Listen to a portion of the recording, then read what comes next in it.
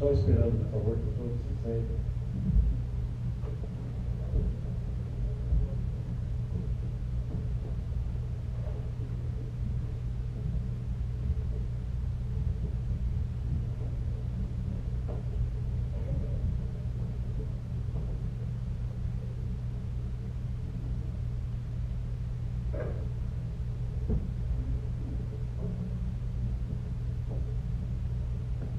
É um prazer oferecer a todos vocês para uma noite deveras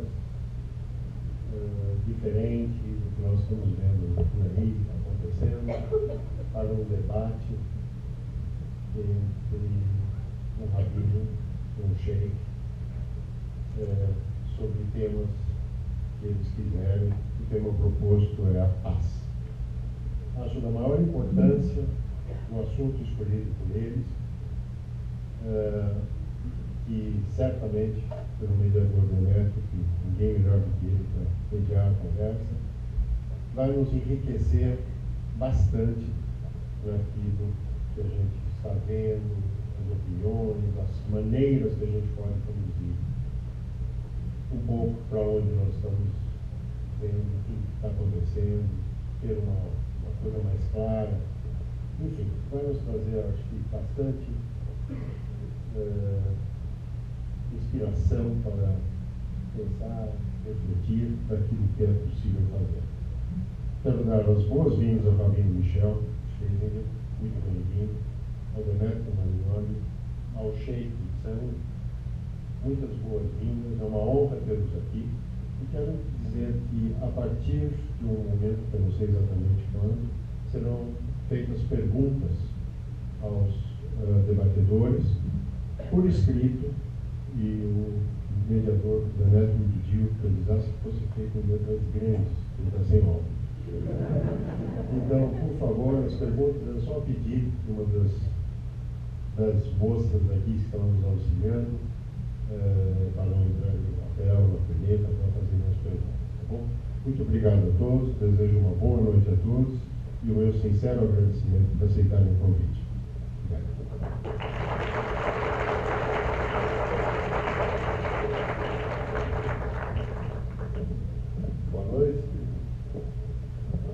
Boa noite, damas, boa noite, cavalheiros. Prazer imenso, é uma honra, uma satisfação ser convidado para mediar o debate. Nós estamos recebendo aqui, à minha esquerda, o Sheik Bustani. Ele nasceu no Líbano, está no Brasil desde 1993, fundou a Ordem dos Sábios Muçulmanos do Brasil e é coordenador de assuntos islâmicos no projeto Caminho de Abrão, patrocinado pela Harvard University. À minha direita, o rabino Michel Schlesinger. Ele é rabino da Congregação Israelita Paulista, estudou rabinato no Instituto Chester, da Universidade Hebraica de Jerusalém, e ele representa a Confederação Israelita do Brasil para o diálogo interreligioso. Tá? Nós vamos organizar um dia muito bom para esse debate. Né? Hoje é o dia em que, finalmente, o governo de Israel e o governo palestino assinaram um cessar-fogo qualificado por eles como ilimitado. O Pedro Herz, organizador do debate, tem relações privilegiadas com os negociadores dos dois lados, sabia que hoje seria assinado o cessar-fogo e por isso marcou para hoje o debate. Né? Nós vamos organizar esse debate em 3 etapas. Né? Numa primeira etapa, o Sheik Bustani e o rabino Schlesinger vão fazer uma exposição muito breve, serão 5 minutos, eles são os donos do tempo, mas uma exposição muito breve. Em seguida, eu vou fazer um ciclo de perguntas para os dois e para cada um ciclo de perguntas, que eu imagino que são perguntas difíceis para cada um deles. Tentarei ser rápido e vou pedir para eles serem rápidos também nas respostas, para a gente ter uma terceira etapa, que são perguntas de vocês, dirigidas para ambos, ou para cada um, ou para um deles, conforme vocês quiserem. Né? Eu peço que as perguntas sejam curtas, que não haja teses contidas nas perguntas, porque eu não tenho tempo de ler as teses e selecionar teses aqui, tá? Então sejam curtas, que sejam de fato perguntas, e insisto naquela observação, em letra legível e grande, porque eu sou velho e estou sem óculos. Tá? Então eu passaria a palavra para as considerações iniciais do Sheikh Bustani e depois do Rabino Sueste.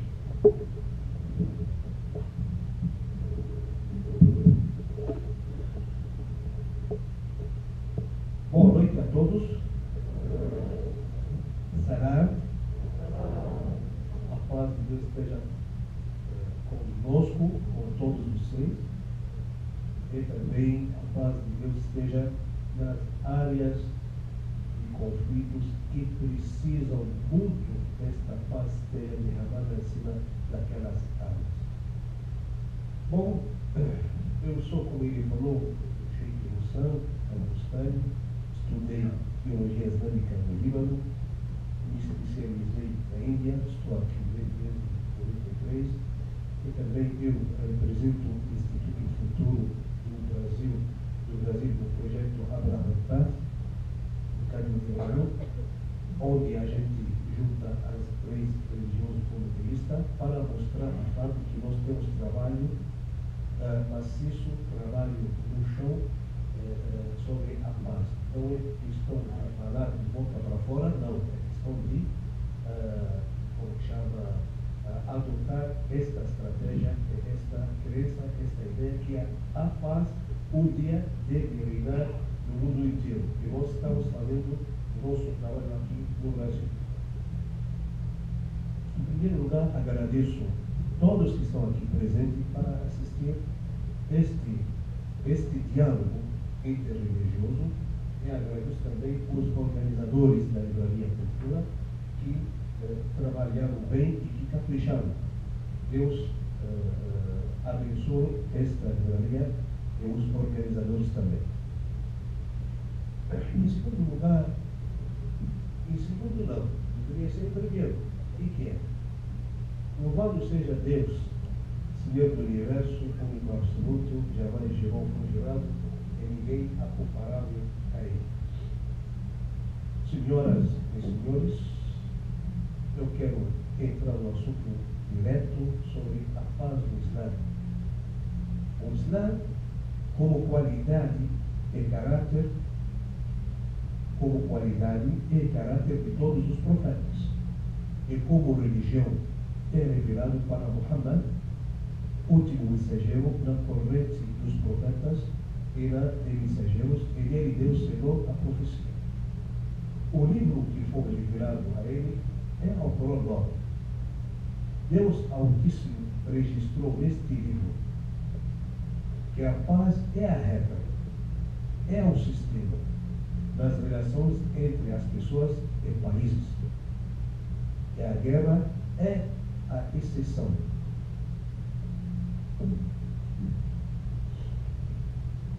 Não é por coincidência que a palavra paz foi repetida e utilizada no Alcorão Sagrado 42 vezes. E a palavra guerra entre os semelhantes só 2 vezes. Aliás, um dos nomes mais chamativos de Deus é a paz. Deus disse, Ele é Deus, não existe Deus senão Ele, o Rei, o puro, a paz, o confortador. No Alcorão nobre está bem claro que Deus nos criou por 2 objetivos. Primeiro objetivo, para adorar.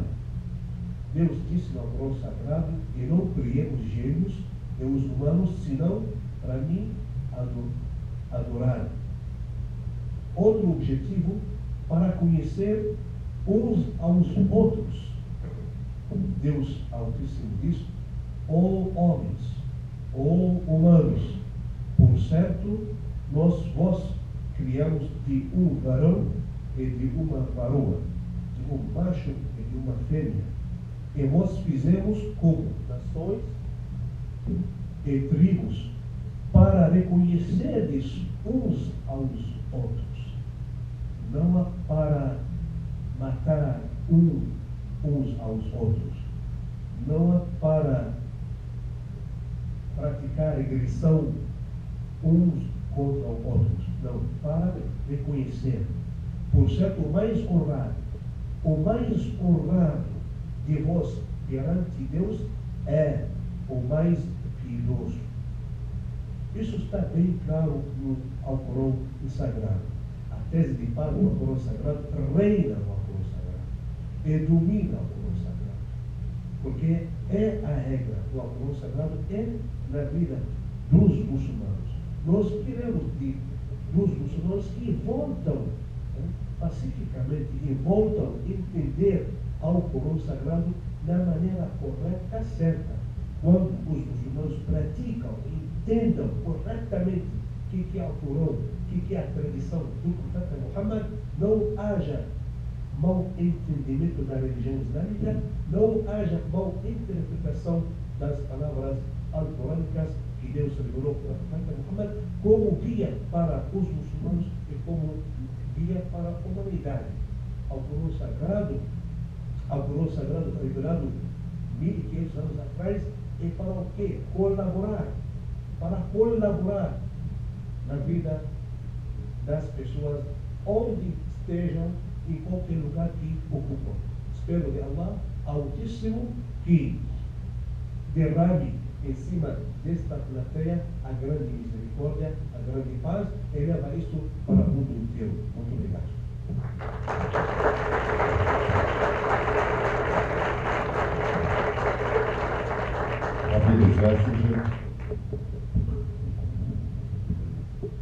Boa noite a todos. Obrigado, amigo Pedro Reis, mais uma vez pelas portas da livraria por iniciativa de diálogo. Agradecer ao Sheikh Bustani por aceitar o nosso convite, de sentar aqui e de conversar sobre o que o Islã e o judaísmo ensinam sobre a paz. Muito obrigado, Nassar Rei. Obrigado, Direto Manhorme. Em hebraico, a palavra Shalom talvez seja efetivamente a palavra mais conhecida, mesmo por aqueles que não falam hebraico. Porque a palavra Shalom é usada quando a gente chega em algum lugar, a gente fala Shalom. Quando a gente vai embora de algum lugar, a gente também fala Shalom. Shalom, assim como no Islã, eu aprendi hoje com você, Sheikh Bustani, é também do judaísmo um dos nomes de Deus. Isso aparece no Talmud, no Tratado de Shabbat. Deus é chamado de paz, é chamado de Shalom. O Midrash, a alegoria rabínica sobre a criação do mundo, nos conta a seguinte história. Disse o rabino Shimon, filho de Halafta: a paz é importante. Quando criou Deus seu mundo, promoveu a paz entre o céu e a terra. No primeiro dia criou tanto o céu como a terra. No segundo separou as águas do céu. No terceiro criou a grama da terra. No quarto criou os astros. No quinto, os répteis. No sexto dia decidiu criar o homem e a mulher. E pensou: se eu criá-los do céu, o céu terá superado a terra em uma criação.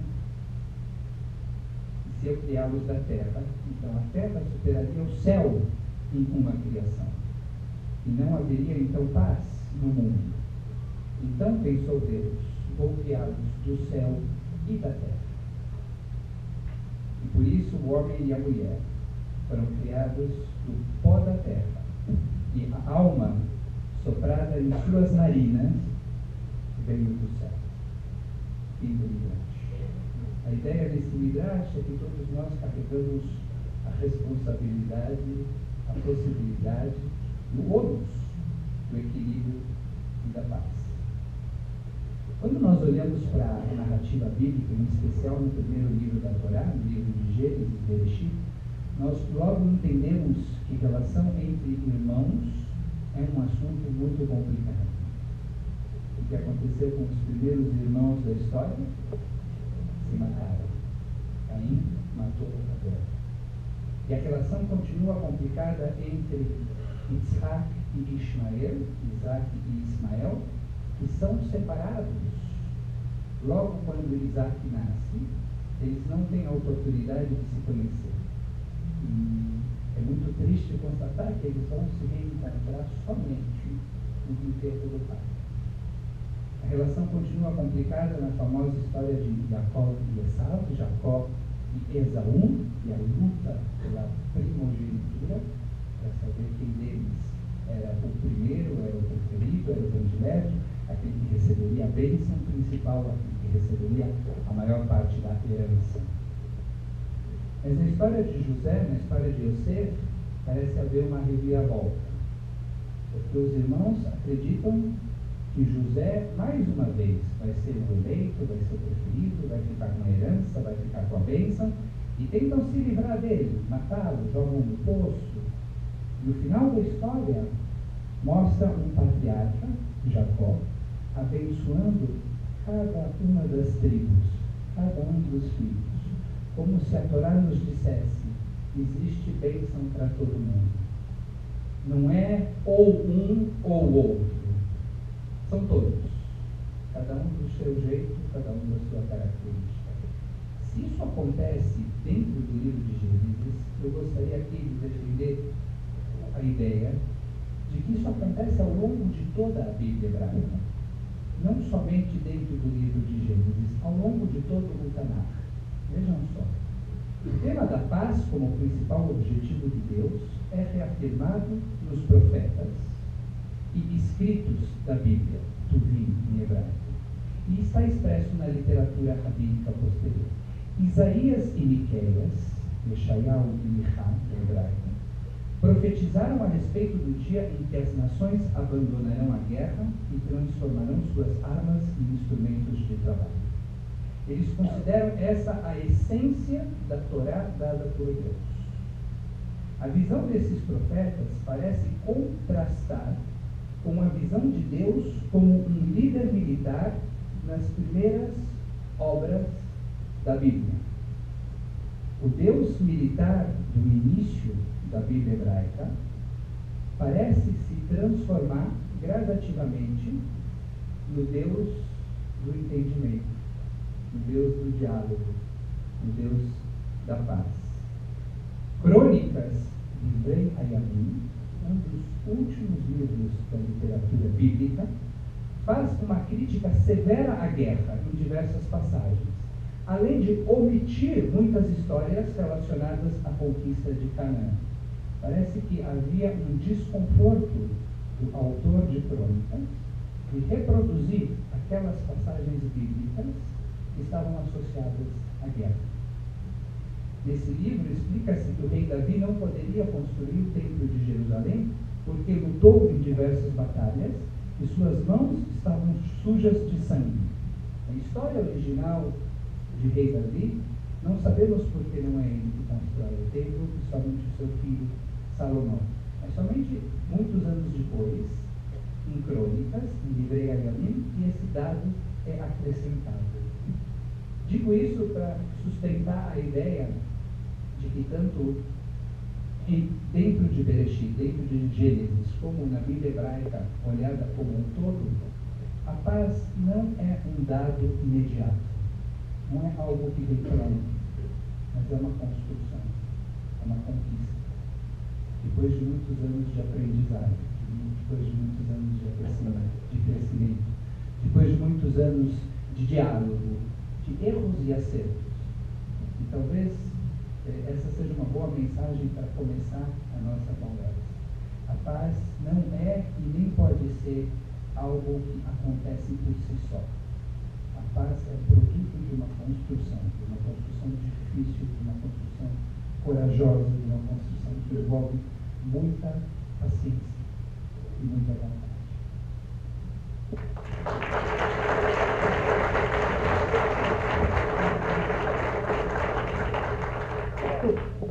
Bem, as bases políticas para uma paz entre Israel e os palestinos não são segredo.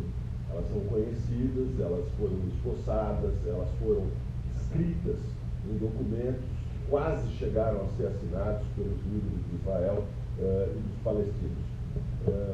Não é o nosso tema aqui, mas seria muito fácil listar a receita que os diplomatas conhecem, os estadistas conhecem de uma paz entre Israel e os palestinos. O obstáculo para a paz não está nessa receita. Né? O obstáculo para a paz está na política.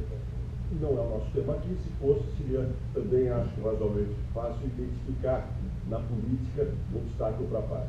A primeira pergunta que eu faço, tanto para o Sheikh quanto para o Rabino, é a seguinte: será que existe um obstáculo legítimo à paz que se situa na religião? Ou, posta de outra forma a pergunta, será que o conflito nacional entre Israel e os palestinos pode ser descrito legitimamente como um conflito religioso? Eu começo com o Rabino Michel. Depois você fala que você não... A religião Demetrio, da maneira como eu a vejo, ela é composta por textos e pela leitura desses mesmos textos. A maneira como nós lemos esses textos faz toda a diferença. Às vezes eu escuto gente dizendo porque aqueles fanáticos estão deturpando os textos sagrados. E eu digo não, eles estão fazendo uma leitura possível. Não é a minha leitura. Não é a que eu quero para mim. Não é a que eu quero para a sociedade da maneira como eu a vejo, como eu a enxergo. Mas é uma leitura possível. Porque o texto pode ser lido de diversas maneiras, pode ser lido de diversas formas. Temos que optar por ler-los de uma maneira que consolide uma sociedade de conversa, de diálogo, de respeito, de diversidade.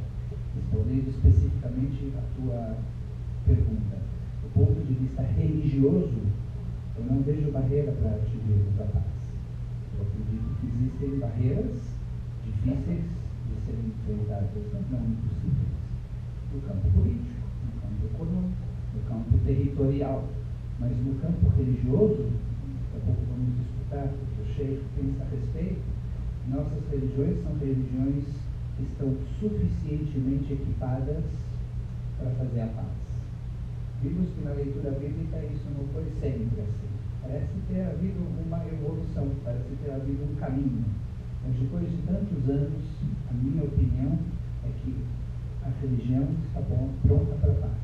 Agora, precisamos que a política faça a sua parte.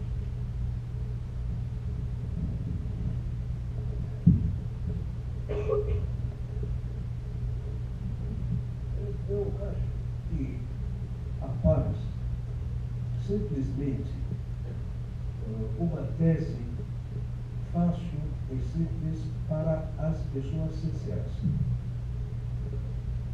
Se não existem pessoas sinceras, a paz não vai reinar, não vai ser conquistada. E geralmente, as pessoas que não são sinceras, as pessoas que tomam frente de lidar com paz, e geralmente, não estão colocando as coisas da maneira correta, da maneira que deve ser colocada. Por isso vai ter várias leituras, várias interpretações.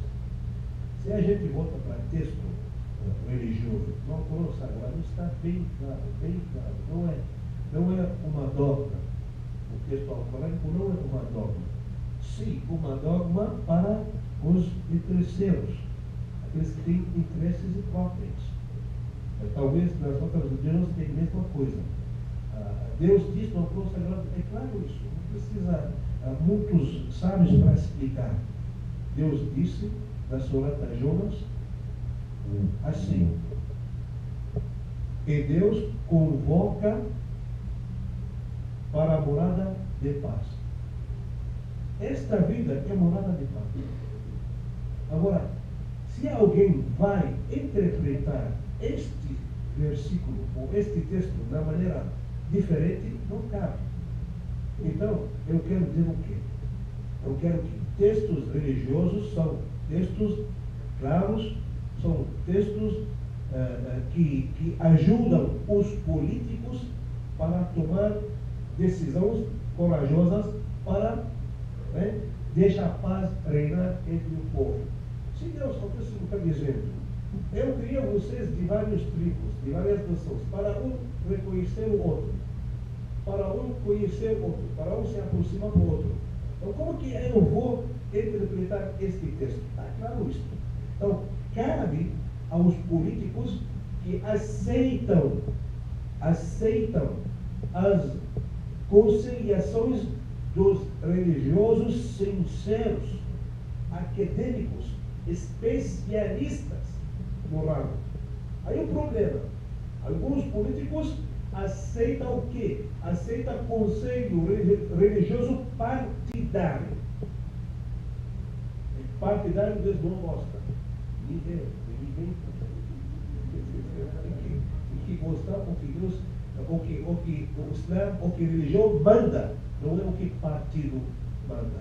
Mas a religião sempre vai estar pronta para o quê? Para incentivar, estimular, encorajar, né? Os políticos para tomar decisões nas épocas difíceis, como hoje. Eu fiquei muito feliz escutando essas notícias sobre cessar o fogo entre palestinos e Israel. Espero que isso dure para sempre. Eu tenho uma pergunta agora específica para o Michel Schlesinger, que tem a ver com um texto que eu gostei muito, que saiu dias atrás, uma semana ou duas atrás, do Haaretz, o jornal israelense Haaretz, de um escritor israelense chamado David Grossman. Né?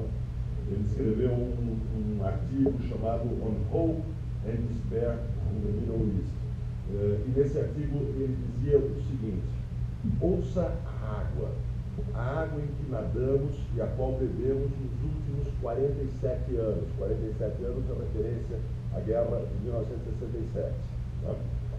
A água a qual nos acostumamos a ponto de não mais senti-la.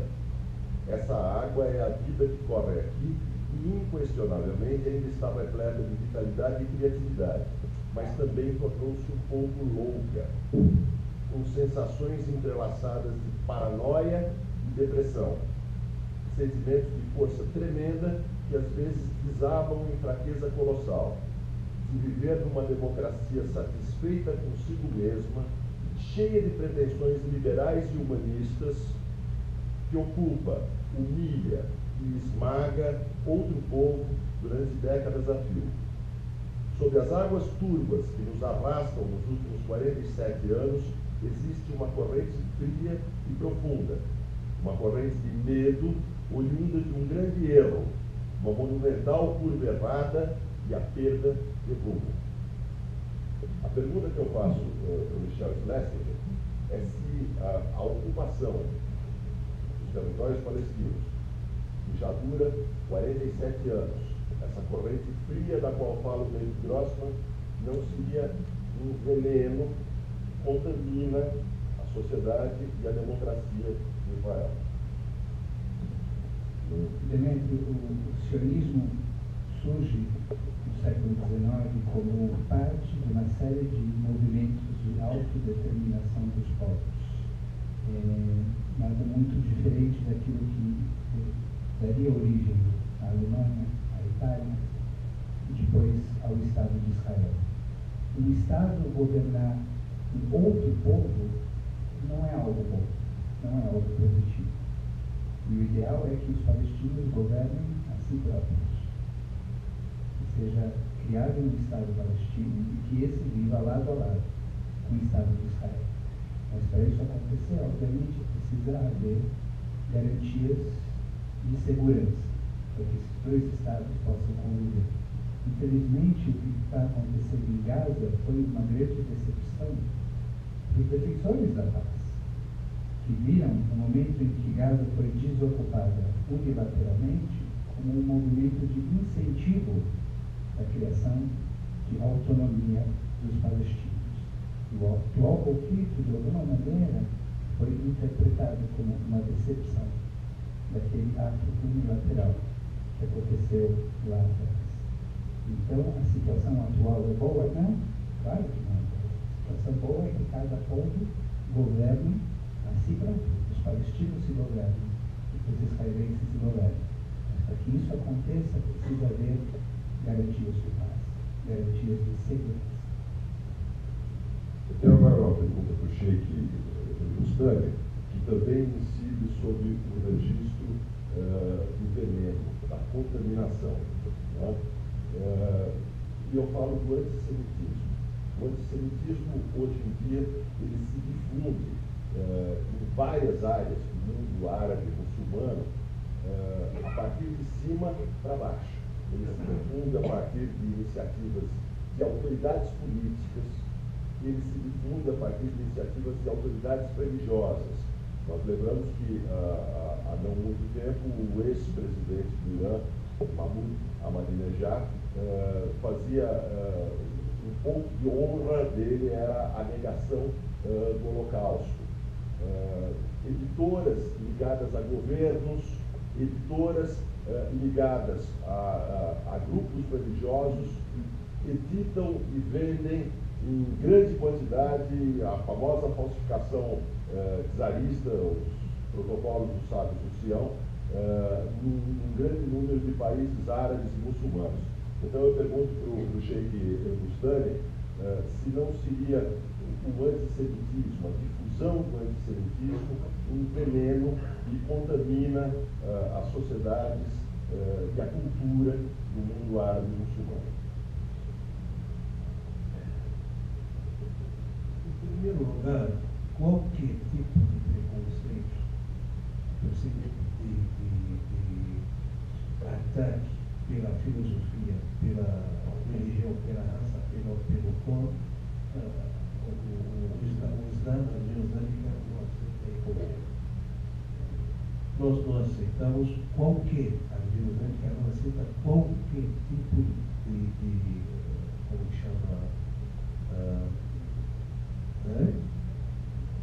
preconceito, contra qualquer raça. Agora, contamina-se, infelizmente. Contamina talvez por algumas razões próprias, talvez por algumas leituras diferentes, mas os fatos históricos, não por uma pessoa, quem que esteja, podem ser negados. Eu acho que existe no mundo árabe islâmico duas correntes religiosas. Uma corrente publicamente reconhece esta barbaridade que aconteceu, né, contra os judeus na Segunda Guerra Mundial, e também existe outra corrente que não reconhecem os números dos mortos, das vítimas dos judeus. Mas são fatos. Basta ler, basta ser neutro, e você vai ver que isso infelizmente ocorreu. Agora nós também, nós não queremos este tipo de preconceito que no século XXI ocorre contra qualquer etnia, contra qualquer raça, contra qualquer país. Então, por isso, nós queremos olhar para todo mundo igual. Ninguém privilegiado. Somos criaturas de Deus. Eu vou usar o termo cristão, somos filhos de Deus. Então, somos iguais perante Deus e perante lei. Ninguém ensina. Ninguém. Então, esta privilegiedade de alguma raça ou de alguma religião, a religião islâmica não aceita, porque somos todos iguais. Agora, como é que a gente reage com isso? Precisa explicar um fato. O que é? Este fato, esta declaração de um presidente de um país islâmico, concordando ou não Baseada em quê? Não é baseada nos fatos históricos. Baseada na provocação. Só isso. Como se fosse o papel foi dado para este sujeito falar isto. Porque o mundo islâmico não ganha nada quando a gente nega um fato. Não ganha. Qual o objetivo de negar? Você, semita ou antissemita? Árabes e judeus são da mesma linhagem. Os árabes e os judeus são primos, do mesmo pai, da mesma linhagem. Então, antissemita, seja a favor ou não, inclui automaticamente os árabes. Mas mesmo assim, eu sou contra o privilégio para qualquer raça. Todos somos o quê? O quê? Iguais.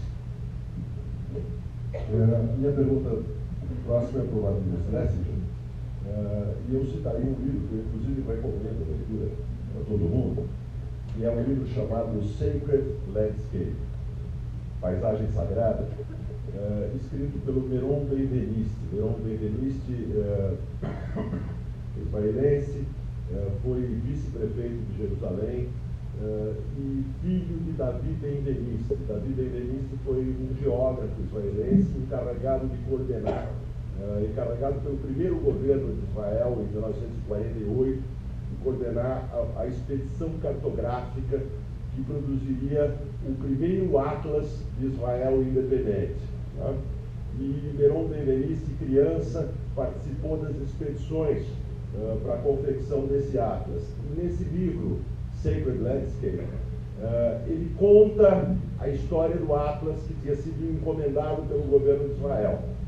O que o governo de Israel encomendou ao pai de Meron Benveniste, que realizou essa tarefa?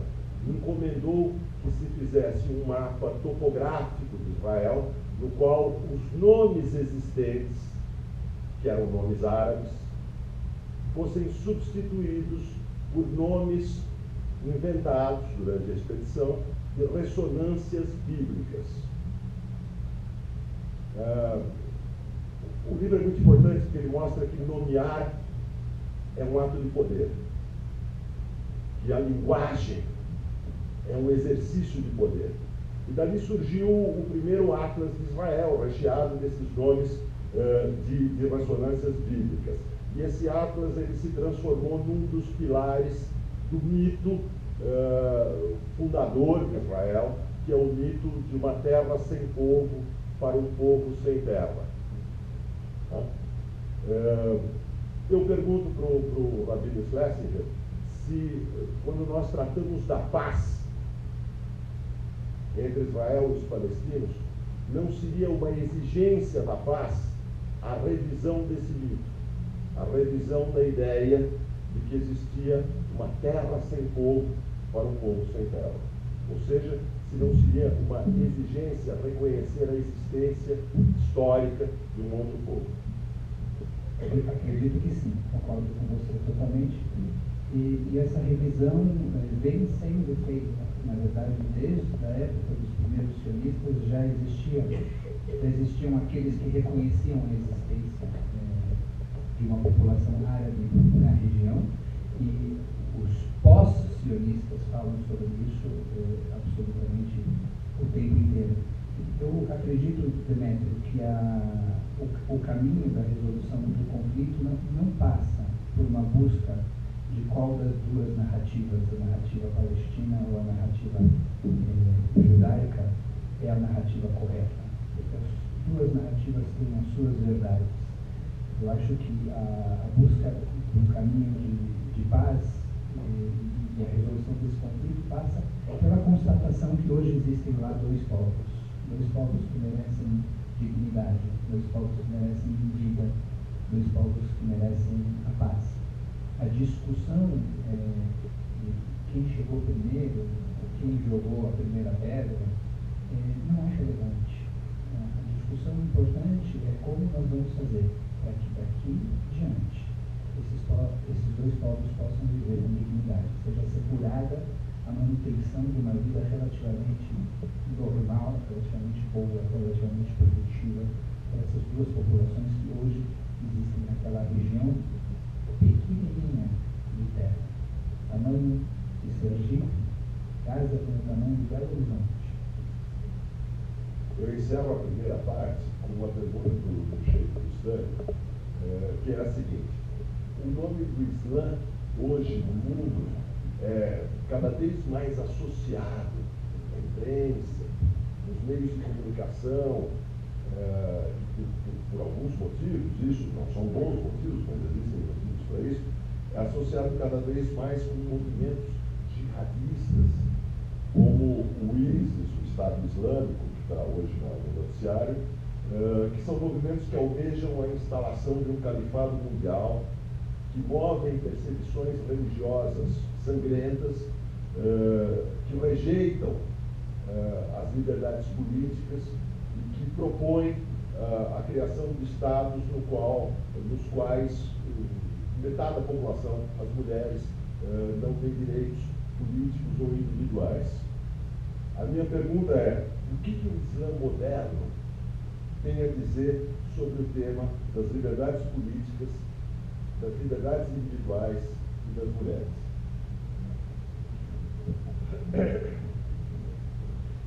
Isso também, atualmente, é um fato presente, não é um fato histórico, que cada vez a voz da violência praticada em nome da religião islâmica cada vez está crescendo. Digo que queremos saber e queremos também procurar quem está por trás disso. Quem está criando estes partidos que falam são minoria. ISIS. O que é ISIS? Quem é este ISIS? De onde surgiu este ISIS? De onde? De repente, por 6 meses, toma conta quase da Síria e de Iraque. 6 meses. Ela tem um governo de 40 anos. De repente, perdeu para ISIS. ISIS, até nome esquisito, viu? Quem está por trás? Quem está dando elemento para estes grupos dentro da corrente islâmica sunita principalmente? Quem? Quem quer alimentar a guerra intra-religiosa? Quem? Ao Corão? Jamais. A tradição profética? Jamais. Jamais. Alguém está por trás disso.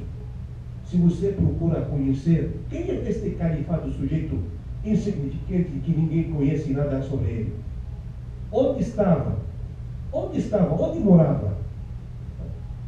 Procuram saber. Nós temos as fontes seguras de falar sobre este Abu Bakr al-Baghdadi de ISIS. A gente sabe onde ele estava. E quem criou este ISIS? Para qual motivos e objetivos? Não basta ter problemas entre os árabes, agora vamos criar problemas entre os seguidores da mesma religião, da mesma etnia, entre sunita, entre xiita, entre sunita e xiita. Isso a favor de quem? Pensam bem. Isto a favor de quem? A comunidade mundial, por que não reagiu imediatamente contra este ISIS? Por que observou, deixou até chegar até esse momento, até essa situação? Por quê? Alguma suspeita contra alguns países que gostam de ver estas divisões religiosas étnicas? Acredito eu, a religião islâmica está longe disto. Por quê? A religião oficial, as vozes da religião islâmica oficiais não estão bem escutadas, respeitadas. Você escuta alguém matou alguém, eu condeno, mas você não escuta o líder religioso do grande universidade islâmica do mundo condenando, pedindo do mundo inteiro combate este ISIS. A mídia também tem grande papel. Mas a mídia tem suas alianças com alguns governos que gostam de fazer essas divisões, infelizmente. Então, o jihadista, a voz do jihadista está crescendo. Eu vou lembrar vocês, rapidamente, vou lembrar vocês. ISIS, 2014. Talibã, Al-Qaeda, pequeno.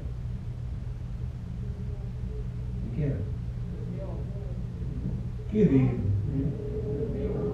1990, 1987, querido, lembra? A criação de Al-Qaeda, Osama Bin Laden foi para o Afeganistão contra quem? Contra a ocupação russa naquela época. Quem criou Al-Qaeda? Alcorão? Quem criou Al-Qaeda? Profeta Muhammad? Quem criou o Talibã? Alcorão? São partidos políticos que usam o nome do Islã. Quem criou Al-Qaeda todo mundo conhece, não vou falar quem, porque já vocês sabem. Ah, eu sabia já. ISIS também. ISIS, quem criou?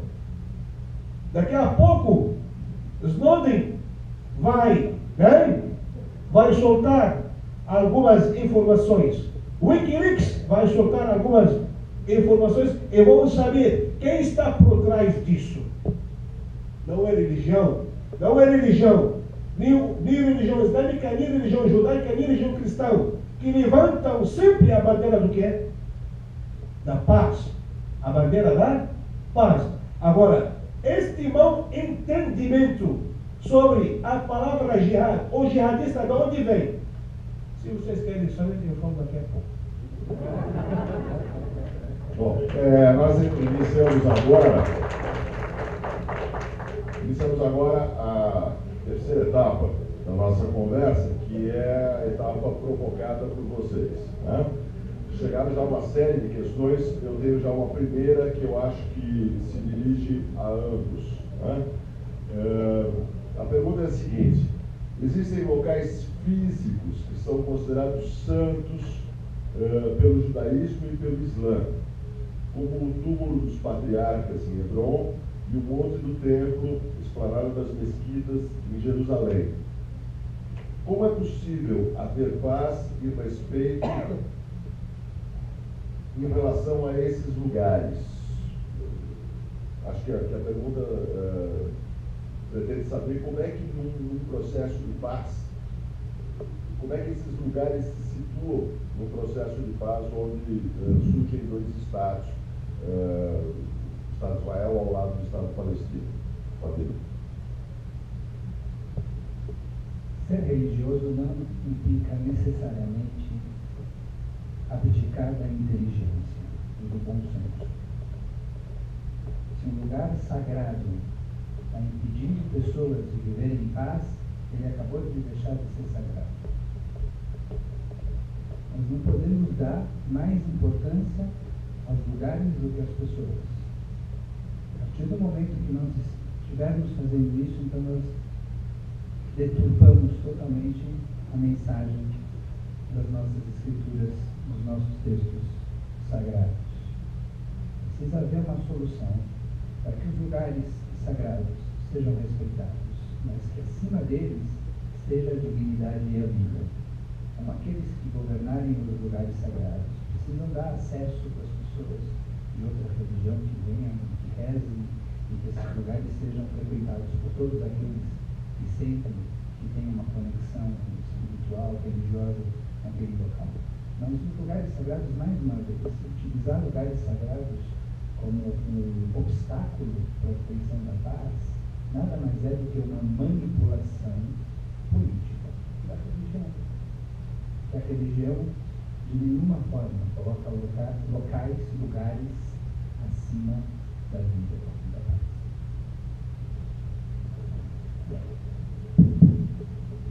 Eu escuto esta pergunta desde a infância. Eu estou com 45 anos, então já quase 35 anos escutando a mesma pergunta. Essas perguntas levantadas por quem? Por religiosos? Não. Por políticos que não querem, né? Não querem ver a paz naquela região. Porque os acadêmicos religiosos acreditam, e também o texto sagrado mostra que a vida mais sagrada de um templo feito pelas pedras. Vocês estão errados? Certo. Agora vem liderança israelense e liderança palestina, vão falar para é Jerusalém, como que chama a Igreja da Natividade, o muro de limitação. O que é? São mais importantes destas vidas que estão morrendo? Vocês acham isso? Religiosamente não são, mas politicamente infelizmente. Nós temos dito, o profético diz, escuta, o dito profético, o profeta Muhammad diz, para Deus, melhor derrubar, destruir a casa sagrada do que perder uma vida. Isto é na leitura islâmica. Isto na leitura islâmica. Então, se a casa sagrada vai atrapalhar o processo da paz, tira do caminho. Pronto, acabou. É simples. É muito simples. Eu vou te falar. Simples para os religiosos, para os políticos, não simples. Infelizmente. Certa vez, um chefe, um sábio, entrou na mesquita. Nas orações tem chamamento. Como cada religião tem algo para chamar para a oração. Então, dois rapazes estão brigando para quem quer fazer chamamento. Eu vou fazer, não eu. Eu vou, não eu. O chefe diz, nós não precisamos desse chamamento. Acabou. Se o chamamento da oração vai causar problema entre vocês, nós não queremos esse chamamento. Então, eu falo a mesma coisa. Se os lugares sagrados atrapalham, digo, eu não acredito que estão atrapalhando, não. Mas se atrapalham o processo da paz, tiram esses lugares sagrados, entre aspas. E preservam o quê? A vida. Isto, parabéns, quem falou? Uma salva de palmas, parabéns. Preservam a vida. Isso é a nossa ideia, isso é a nossa teologia, isso é a nossa filosofia. Agora eu inverto e a pergunta aqui também se dirige aos dois, vai ser respondida primeiro pelo Chico Cristão e depois pelo Fabio Schlesinger. A pergunta é a seguinte: qual é a opinião dos dois sobre a falta de direitos e o preconceito contra as mulheres em ambas as religiões? Um dia isso acabará? A primeira pergunta que ele me fez, eu esqueci de responder também sobre a posição da mulher dentro da religião islâmica. Vocês acham, hoje em dia, nós temos Estado Islâmico? Nós não temos Estado Islâmico. Nós temos partido islâmico governando o país. É diferente. É muito diferente. Os judeus são da mesma linhagem. Os árabes, os judeus são primos do mesmo pai, da mesma linhagem. Então, antissemita, seja a favor ou não, inclui automaticamente os árabes. Mas mesmo assim, eu sou contra o privilégio para qualquer raça. Todos somos o quê? O quê? Iguais. Minha pergunta próxima é para o Rabino Schlesinger.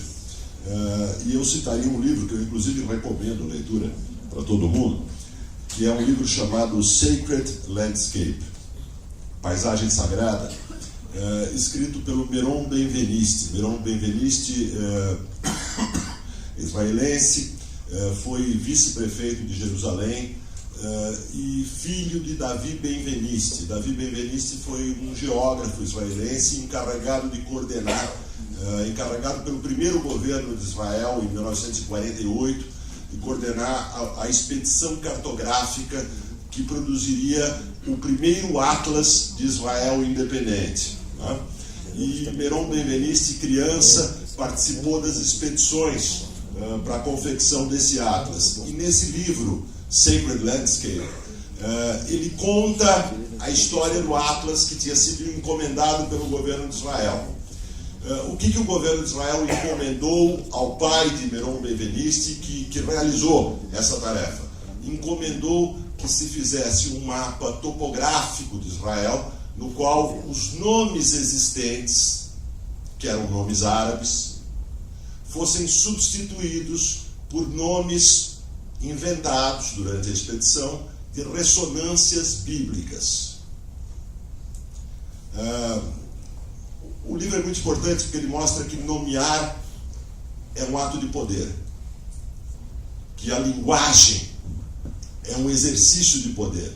E dali surgiu o primeiro Atlas de Israel, recheado desses nomes de ressonâncias bíblicas. E esse Atlas ele se transformou num dos pilares do mito fundador de Israel, que é o mito de uma terra sem povo para um povo sem terra. Eu pergunto para o Rabino Schlesinger se, quando nós tratamos da paz entre Israel e os palestinos, não seria uma exigência da paz a revisão desse mito, a revisão da ideia de que existia uma terra sem povo para um povo sem terra. Ou seja, se não seria uma exigência reconhecer a existência histórica de um outro povo. Eu acredito que sim, concordo com você totalmente.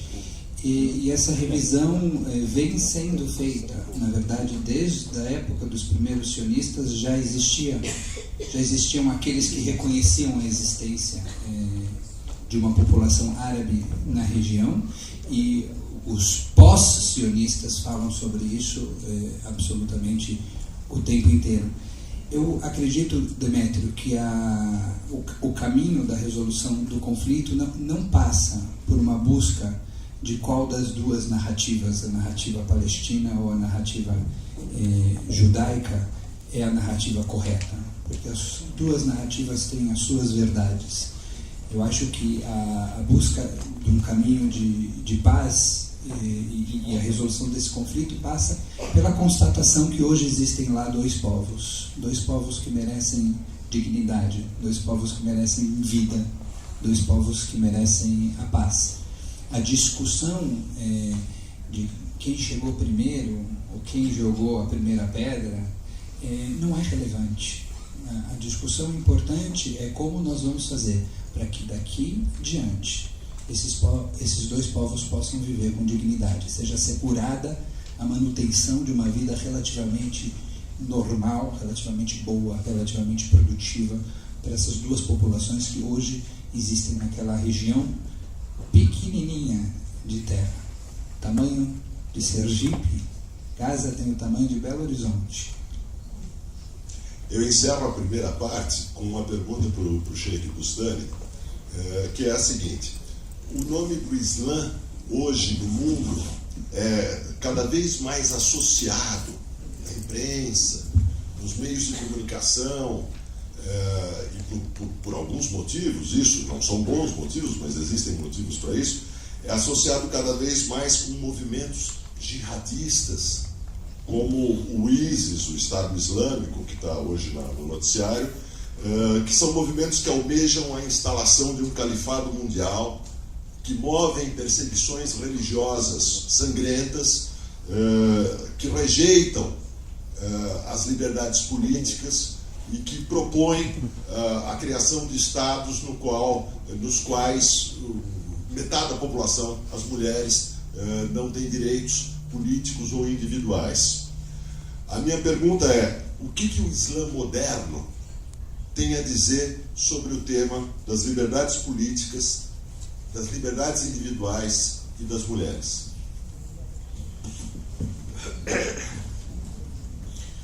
Isso também, atualmente, é um fato presente, não é um fato histórico.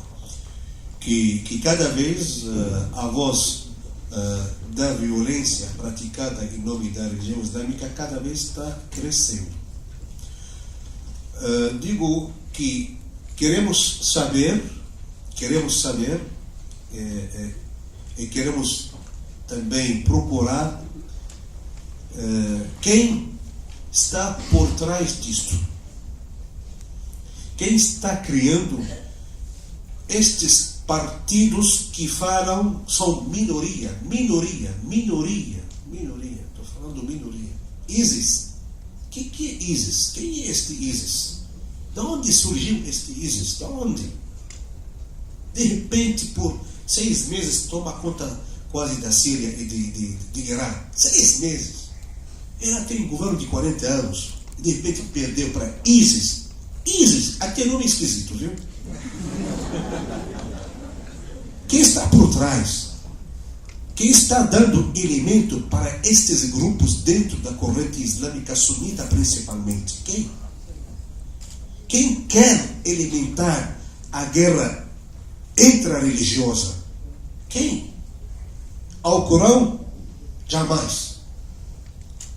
A tradição profética? Jamais. Jamais. Alguém está por trás disso.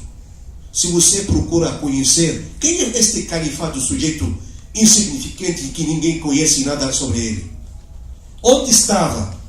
Onde morava? Procuram saber. Nós temos as fontes seguras de falar sobre este Abu Bakr al-Baghdadi de ISIS. A gente sabe onde ele estava. E quem criou este ISIS? Para qual motivos e objetivos? Não basta ter problemas entre os árabes, agora vamos criar problemas entre os seguidores da mesma religião, da mesma etnia, entre sunita, entre xiita, entre sunita e xiita. Isso a favor de quem? Pensam bem. Isto a favor de quem? A comunidade mundial, por que não reagiu imediatamente contra este ISIS? Por que observou, deixou até chegar até esse momento, até essa situação? Por quê? Alguma suspeita contra alguns países que gostam de ver estas divisões religiosas étnicas? Acredito eu, a religião islâmica está longe disto. Porque a religião oficial, as vozes da religião islâmica oficiais não estão bem escutadas, respeitadas. Você escuta alguém matou alguém, eu condeno, mas você... Para conversar com o inimigo. Eles correm 2 riscos: o tiro do inimigo e as vaias e os tiros pelas costas dos seus. Eu quero agradecer o Rabino e o Sheik, porque eles estão, nesse momento, na hora da guerra, fazendo isso. Não agindo como covardes, mas agindo como pessoas de coragem. Muito obrigado.